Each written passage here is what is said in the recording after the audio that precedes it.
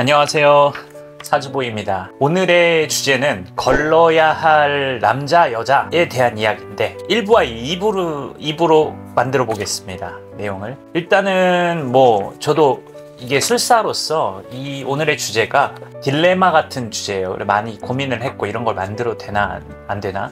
근데 한편으로 생각해 보면 결국 인간들의 문제는 인간 때문에 고통받고 피로하고 상처받고 슬픈 거기 때문에 좀 해보는 게 시청자들이나 구독자들에게 도움이 되지 않을까 해서 과감하게 한번 해보겠습니다. 대신에 너무 깊은 내용은 다루지 않을 거고 표면적 내용만 다룰 거예요. 그 이유는 시청하시는 분들이 좀 오해할 수 있는 부분들이 많고 또 극단적으로 이건 이렇다 해서 사람을 너무 뭐랄까 이렇게 벽을 칠 수 있고 그런 여러 가지 부작용들이 있을 것 같아서 선입견도 갖고 그럴까봐 자세히는 안 하고 이렇게 가볍게, 그리고 혹시나 그런 오늘의 주제에 비슷한 그런 게 있다면 참고를 하셔야지 사주보가 이랬으니까 안 해, 내 경험상 사주보의 말이 맞아 그래서 안 해, 이런 식으로는 안 했으면 좋겠어요.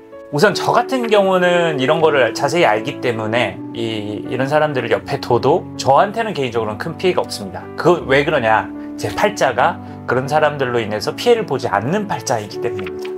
여러분들도 그런 팔자에 해당될 수 있어요. 그러나 사람들과 같이 어울려서 일을 많이 하는 사람들 경우, 그리고 나는 좀 조심하고 싶다, 너무 사람들한테 상처가 많고 뒤통수를 많이 맞았다 하는 사람들은 좀 자세히 들어봐도 좋을 것 같아요. 1번입니다. 근이 없는 살중신경입니다.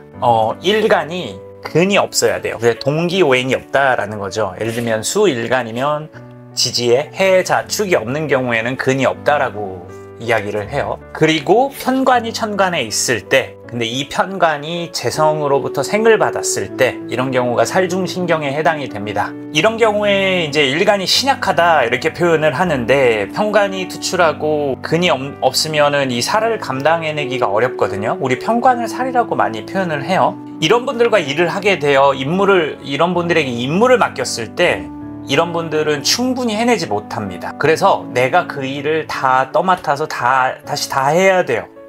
내가 책임져야 되는 케이스가 있죠. 그래서 그걸 연대 책임 이렇게 얘기해야 하는 건데, 그리고 보상까지 해줘야 되는 문제도 발생을 합니다. 우리 팀장님들 잘 봐두시길 바랍니다. 자영업 하시는 분, 직원 있는 자영업 하시는 분들도 잘 봐두시길 바라고, 또 남녀 관계에서도 마찬가지입니다. 내가 좀 일거리가 더 있어서 내 남자친구에게, 남편에게 일을 이렇게 맡겼는데 얘가 감당 못해서 내가 다시 다 책임져야 되거든요. 아무튼 예시로는 이런 게 있을 수 있어요.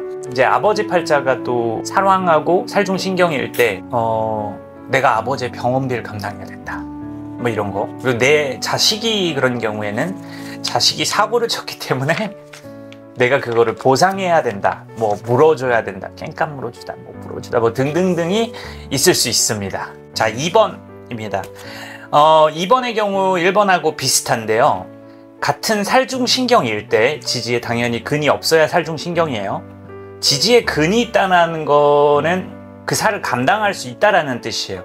여기서 근이라는 건 뿌리 근자예요. 동기오행이 지지에 있다예요. 방금 같은 경우도 마찬가지로 을목일간인데 지지에 인묘진이 있으면 근이 있는 겁니다. 자, 살중신경, 살을 받다라는 뜻이에요. 근이 없이 살을 받다. 이럴 때 이제 이 사람의 사주가 대신에 비견은 있어요. 신약한데 살중신경이고 비견이 있는 경우에는 이 사람으로 인해서 내가 파출소 가야 되는 일이 생겨요. 영창 갈 일이 생긴다 이렇게 얘기하는데, 예전에 가수분이 그런 케이스에 해당이 되죠. 그분이 이렇게 깍 하시고 이렇게 하셨는데, 이제 그분의 주변 분들이 계약서대로 하면 이제 얼마를 물어줘야 되는 상황이 생겼고, 또 옆에 있는 동승자나 누구가 같이 파출소를 가서 조사를 받아야 한다, 이런 경우죠. 그러니까 살중신경이 있는데 비견이 있으면 그 사람이 책임지는 게 아니라 그 사람 옆에 있는 사람이 책임을 져야 되는 상황이 생기는 거예요. 이 새끼 때문에 여기까지만 하겠습니다. 자세히는 똑같습니다. 나는 몰랐어. 남자친구가 운전을 했는데 이렇게 음주단속을 했는데 얘가 술 먹었었네? 근데 나도 파출소 가야 되는 거예요. 여러 케이스가 있는데요. 이거는 이제 서로 상대가 이게 응용을 해서 생각을 하면 좋을 것 같아요. 세 번째의 경우, 금극목이 되는 사주인데 화가 없는데 금극목을 하는 경우예요. 근데 여러분들 또 얘기하지만 미토는 근이에요. 미토는 화예요. 뭐 이런 경우에 이런 사람들에게 일을 맡기면 자재 빼먹기, 철근 빼먹기 이렇게 얘기합니다. 우리 집을 짓는데 들어가야 하는 어떤 뭐 자재들이 있을 거 아니에요. 철근들이 있을 거고. 쉽게 말해서 화가 없는 금극목은 부실공사입니다. 그러니까 이 사람한테 일을 맡겨서 일을 지시했는데 부실공사를 일으켜서 오히려 크게 더 보상해줘야 되는 케이스가 있죠. 들어가야 할 재료를 누락시켰다. 상품이 망가져버렸다. 그래서 이거 뭐라 그러죠? 이게 다시 돌아오는 걸 뭐라 그러죠?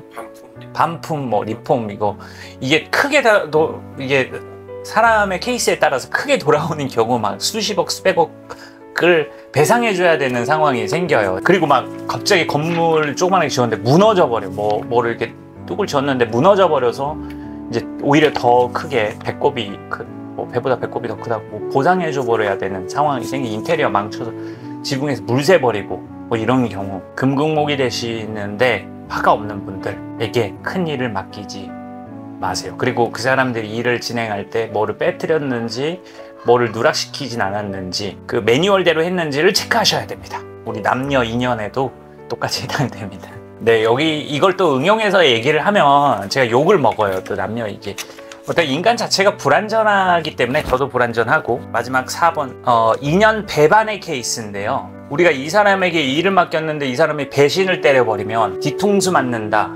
어떻게 나를 버리고 갈 수 있냐 이렇게 되잖아요. 이런 경우는 사실 저는 배신의 용어보다는 상대가 더 좋은 환경으로 이직, 스카우트 되었다 이렇게 표현하는데 근데 개인적으로는 또 너무 서운하죠. 스카웃이라고 러브콜 받았다고 가버리는 거 되게 속상한 일이에요. 예를 들어 이거는 다합이라고 해서 정화일간이라고 칠게요. 정화일간이 천간에 임수도 있고 지지에 해수도 있는 경우에 다합이라고 합니다.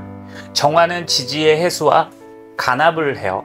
그리고 천간합도 하고 임수가 있으면 이런 경우 다합이에요. 해수, 임수 있으면. 예를 들면 을목일간의 경우 경금, 신금이겠죠. 신금일간의 경우는 병화, 사화 이렇게 이야기를 할 수 있겠죠.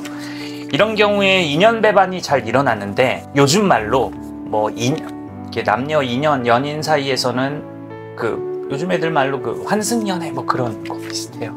갈아타다 이렇게 우리 지하철 환승하듯이 더 좋은 빠른 길이 있어서 더 환승했다.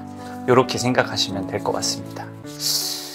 그 밖에도 격에 따라서 식신격, 편인격이 근이 없을 때 어떻다 이런 경우에 이런 사람 걸러야 된다의 경우가 참 많아요. 인연적으로도 연인적으로도 그렇고 일적으로도 그렇고 많은데 저 같은 새끼도 좀 이제 걸러야 될 남자 중에 이제 해당이 되는데 이제 그거는 왜 그러는지에 대해서는 2부에서 더 자세히 다뤄보도록 하겠습니다. 오늘은 오행에 대해서, 오행의 상생상극에 대해서만 많이 얘기했고 2부에서는 격에 따른 걸러야 되는 사람들, 왜 걸러야 되는지, 어떤 현상 때문에 이런 것들이 있을 것입니다.